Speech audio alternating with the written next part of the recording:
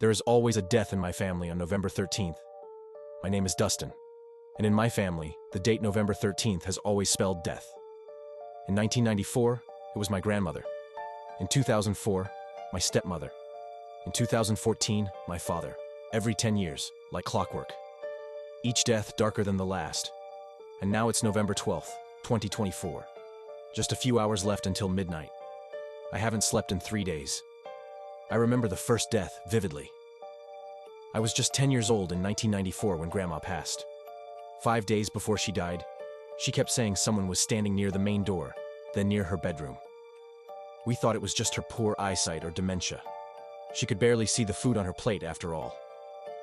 But she'd interrupt her own stories, glancing nervously at nothing in particular, whispering, "She's come again."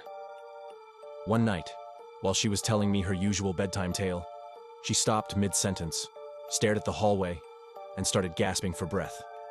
I remember panicking, fetching water, calling her name, splashing her face. She finally opened her eyes and whispered in terror, "She's going to kill me. The woman's standing right by the attic stairs." I looked. There was no one. I told her so. She said, "Look again. The glass of water will fall off the dresser." I turned back to look at her. "There's nothing happening, Grandma. The glass is right there." And the moment those words left my mouth, crash. The glass hit the floor and shattered. I screamed and ran. The bedroom door slammed shut behind me. My parents didn't believe me. "You imagined it," they said. "You're just a child." But I knew something terrible was coming. 2 days later, we found her body in the attic room, curled up in the far corner, her eyes and mouth wide open, frozen in fear. I was never the same again.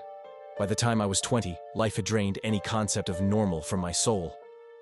I came home from college one evening and rang the doorbell. No one opened the door.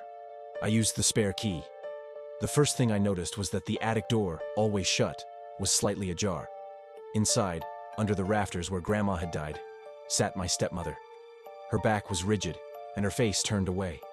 She was rocking slowly, muttering,